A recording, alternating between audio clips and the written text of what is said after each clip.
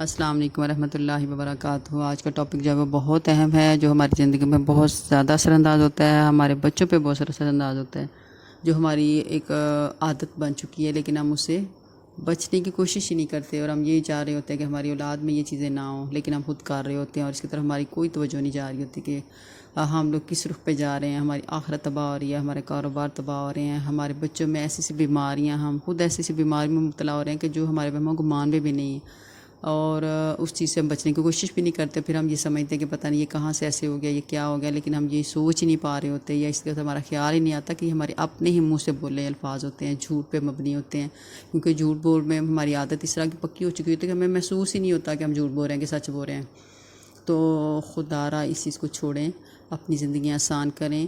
اللہ تعالیٰ ہم سب کو ہماری زبان کی جو ناجائز الفاظ ہیں ان سے ہمیں بچائے، تاکہ ہم جنت کے مستحق ہو پائیں۔ تو دیکھیے، جھوٹ ہماری زندگی کو تباہ کر رہا ہے، ہماری نسلوں کو تباہ کر رہا ہے، ہمارے گھروں کو تباہ کر رہا ہے۔ کبھی اس بارے میں آپ نے سوچا کہ تمام چیزوں کی جو برائیوں کی جڑ ہے وہ ایک جھوٹ ہے، اور ایک وہ جھوٹ چھوڑ دیں تو اللہ کے فضل و کرم سے ہمارے گھروں میں برکت ہوگی، ہمارے رزق کے دروازے کھلیں گے، جنت ملے گی۔ اور بہت سی بیماریاں جو ہمارے اپنی الفاظ کی ادائیگی کی وجہ سے، غلط چناؤ کی وجہ سے ہم اس میں پھنس جاتے ہیں، اور وہ کیا ہوتا ہے کہ ہمارے الفاظ ہماری اولاد کے لیے وبال جان بن جاتے ہیں۔ تو ایک حدیث سے میں اس کو آپ تک پہنچانا چاہ رہی ہوں کہ صفوان بن سلیم رضی اللہ تعالیٰ عنہ سے روایت ہے کہ نبی کریم صلی اللہ علیہ وسلم سے پوچھا گیا کہ آپ صلی اللہ علیہ وسلم سے فرمائیں کہ کیا مومن جو ہے وہ بزدل بھی ہو سکتا ہے؟ تو آپ صلی اللہ علیہ وسلم نے فرمایا ہاں۔ پھر آپ صلی اللہ علیہ وسلم سے پوچھا گیا کہ کیا مومن بخیل بھی ہو سکتا ہے؟ تو آپ صلی اللہ علیہ وسلم نے فرمایا ہاں۔ پھر کہا گیا کہ مومن جھوٹا بھی ہو سکتا ہے؟ تو آپ صلی اللہ علیہ وسلم نے فرمایا کہ نہیں، کہ مومن جھوٹا نہیں ہو سکتا۔ تو دیکھیں آج ہمارے کیا حالات ہیں، ہمارے بچے تباہ ہو رہے ہیں، ہم کچھ سامنے جھوٹ بول رہے ہوتے ہیں، ہم یہ کہہ رہے ہیں کہ بچے آپ جھوٹ نہیں بولو، آپ ایسے نہیں کرو، کیونکہ ہمارے اپنے کردار سے سیکھ رہا ہوتا ہے کہ ماں باپ کو گھر میں کوئی کال آ رہی ہے، کسی کی آپ نے پیمنٹ دینی ہے، کوئی باہر آپ کا کوئی ویٹ کر رہا ہو، تو ہم فوراً کیا کہہ دیتے ہیں، ابھی آ رہا ہوں، بس میں ابھی بس آپ کے پاس ہی ہوں، بیٹھے آپ گھر میں ہوتے ہیں، باہر کوئی ناک کر رہا ہو تو اسے کہیں گھر میں نہیں ہے۔ تو اس طرح ہماری عادت بن چکی ہے، جو چیزیں ہم خود کر رہے ہوتے ہیں وہ آٹومیٹکلی بچوں میں بھی وہ ٹرانسفر ہو رہی ہوتی ہے۔ تو پھر ہم یہ کہتے ہیں پتہ نہیں یہ کہاں سے سیکھ رہا ہے، حالانکہ ہم خود کر رہے ہوتے ہیں لیکن وہ ہمیں نظر نہیں آ رہا ہوتا۔ تو اس میں کوئی شک نہیں کہ سچائی جو وہ ایک بہترین صفت ہے، اور یقیناً بہترین لوگوں میں ہی پائی جاتی ہے۔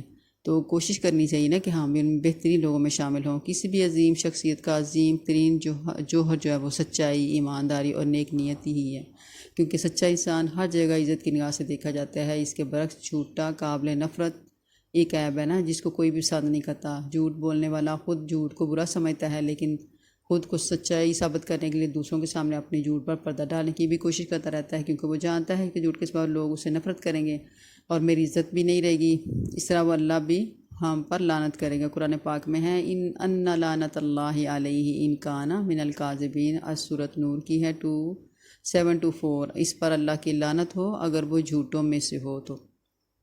تو دیکھیں جھوٹوں پر اللہ تعالیٰ کی لعنت ہے، تو اللہ تعالیٰ ہم سب کو اس سے محفوظ رکھے۔ اسی لیے قرآن کریم میں ایک سورۃ حج میں ہے، آیت نمبر 30 میں اللہ تعالیٰ فرماتے ہیں وَاجْتَنِبُوا قَوْلَ الزُّورِ، ہر جھوٹی بات سے بچو۔ جھوٹ بولنے اور جھوٹی باتوں سے بچنے کی ضرورت اس لیے بھی ہے کہ اللہ جھوٹے شخص سے نہ صرف ناراض ہوتا ہے بلکہ اس کو ناپسندیدہ شخص قرار دے کر اسے ہدایت کو دور کر دیتا ہے۔ اللہ تعالیٰ ہم سب کو اسے محفوظ رکھے۔ تو ایک اور صورت ایک میں ہے سورہ زمر میں آیت نمبر 339 میں اللہ تعالیٰ فرماتے ہیں ان اللہ لا یہدی من هو کاذب کفار، کہ بے شک اللہ اس شخص کو ہدایت نہیں دیتا جو جھوٹا ناشکر گزار ہو، اور جو لوگ جھوٹ بولتے ہیں وہ تنہا رہ جاتے ہیں۔ حدیث نبی ہے کہ آپ صلی اللہ علیہ وسلم نے فرمایا جب ایک شخص جھوٹ بولتا ہے تو اللہ تعالیٰ کے جو فرشتے ہیں وہ 1 میل دور بھاگ جاتے ہیں اس شخص سے، استغفر اللہ۔ اس طرح مخلوق کے قریب ہو جاتا ہے جبکہ جھوٹ کو ناشکر گزار سمجھ کر غیر ہدایت یافتہ چھوڑ دیا جاتا ہے، اس کے رزق میں کمی کر دی جاتی ہے، اور کیونکہ اللہ کا فرمان ہے کہ تم جتنا شکر کرو گے میں تمہیں اتنا ہی زیادہ دوں گا۔ اور شکر صرف یہ نہیں ہے کہ مال و دولت یا رزق کی فراوانی پاری کیا جائے، بلکہ اللہ کی ان ان گنت نعمتوں کا ہر وقت شکر کرنا نعمتوں میں استحکام کا باعث بنتا ہے۔ مثلا اللہ تعالیٰ نے ہمیں آنکھیں دی، کان دیے، ہاتھ پاؤں دیے، تو ان نعمتوں کا شکر ادا کرتے رہنے سے اس میں اللہ تعالیٰ ہمارے اعضاء میں مضبوطی ادا کرتے رہتے ہیں۔ اگر ہم شکر کرتے ہیں تو ہمارا جسم صحت مند رہے گا، تو ہمارے اللہ تعالیٰ اور اس میں بہتری عطا فرمائیں گے، کیونکہ وہ اللہ کی نعمتوں کو اور ایک جھوٹا انسان جو ہوتا ہے وہ اللہ تعالیٰ کا ناشکرا ہوتا ہے، اور وہ اللہ کی نعمتوں کو جھٹلا رہا ہوتا ہے، اس سے وہ نعمتیں اللہ تعالیٰ اس سے چھین لیتا ہے، کیونکہ جھوٹ کی وجہ سے بے شمار خرابیاں پیدا ہو رہی ہوتی ہیں۔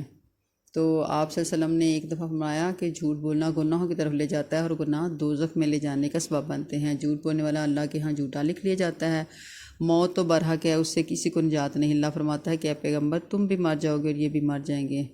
تو اصل جو ہے کہ اسی طرح سورۃ توبہ میں آیت نمبر 119 میں اللہ تعالیٰ فرماتے ہیں کہ یا ایھا الذین آمنوا اتقوا اللہ وکونوا مع الصادقین، اے ایمان والو اللہ سے ڈرو اور سچے لوگوں کا ساتھ دو۔ تو اے ایمان والو اللہ سے ڈرو اور سچے لوگوں کا ساتھ دو، تو یہی ہے کہ مومن جو ہے وہ جھوٹ نہیں بولتا تھا اور جھوٹے لوگوں کا ساتھ بھی نہیں آپ نے دینا۔ اللہ تعالیٰ کے یہ حکم بار بار ہے۔ تو دیکھیے قرآن و حدیث کی روح سے بھی سچے لوگوں کو دین میں اللہ تعالیٰ بلند درجہ ملتا ہے، کیونکہ سچ بولنے کی وجہ سے اور بھی بہت سی برائیاں ختم ہو جاتی ہیں۔ حدیث میں کہ ایک شخص نبی کریم صلی اللہ علیہ وسلم کی خدمت میں حاضر ہوا، عرض کی کہ مجھے 4 بری خصلتیں ہیں، ایک یہ کہ بدکاری کرتا ہوں، دوسرا چوری کرتا ہوں، تیسری یہ کہ شراب پیتا ہوں، چوتھی جھوٹ بولتا ہوں۔ تو اس نے کہا میں نے عہد کیا کہ ان میں سے ایک جو برائی آپ صلی اللہ علیہ وسلم کی خاطر چھوڑ دوں گا۔ تو ارشاد آپ صلی اللہ علیہ وسلم نے فرمایا جھوٹ نہ بولا کرو، اگر تم نے کچھ چھوڑنا ہے تو جھوٹ بولنا چھوڑ دو۔ جب رات ہوئی تو شراب پینے کو جی چاہا، پھر بدکاری کرنے کے لیے بھی مادہ ہوا، تو خیال آیا کہ صبح جب رسول صلی اللہ علیہ وسلم پوچھیں گے تو میں ان کو کیا جواب دوں گا کہ شراب پی یا بدکاری کی۔ تو اگر میں نے کہا ہاں تو شراب و زنا کی سزا ملے گی، جھوٹ کہوں گا تو عہد کی خلاف ورزی ہو جائے گی۔ اس کے دل میں یہ کھٹکا لگا رہا تو میں نبی صلی اللہ علیہ وسلم کے سامنے کیا کہوں گا۔ تو یہ سوچ کر دونوں برائیوں سے باز رہا۔ رات گزر گئی، جب اندھیرا بہت بڑھ گیا تو چوری کے لیے گھر سے نکلنا چاہا، پھر اس خیال نے دامن تھام لیا، یعنی وہ چوری کرنے سے باز رہا کہ کہیں پوچھ گچھ ہوگی تو میں کیا کہوں گا۔ سچ کہا تو ہاتھ کٹے، اگر سچ نہ کہا تو ہاتھ کٹے گا، جھوٹ بولا تو عہد شکنی ہوگی۔ اس خیال کے ساتھ ہی جرم سے باز آ گیا۔ صبح ہوئی تو دوڑ کا حضور صلی اللہ علیہ وسلم کی خدمت میں حاضر ہوا، اور اس کی یا رسول اللہ علیہ وسلم جھوٹ نہ بولنے کی وجہ سے 4 بری خصلتوں سے میں بچ گیا ہوں، میری جان ان سے چھوٹ گئی ہے۔ اب جھوٹ بولنے والے کا دل بھی آہستہ آہستہ جو ہے وہ سیاہ ہو جاتا ہے، جبکہ سچ سے دل میں روشنی اور اجالا آ جاتا ہے۔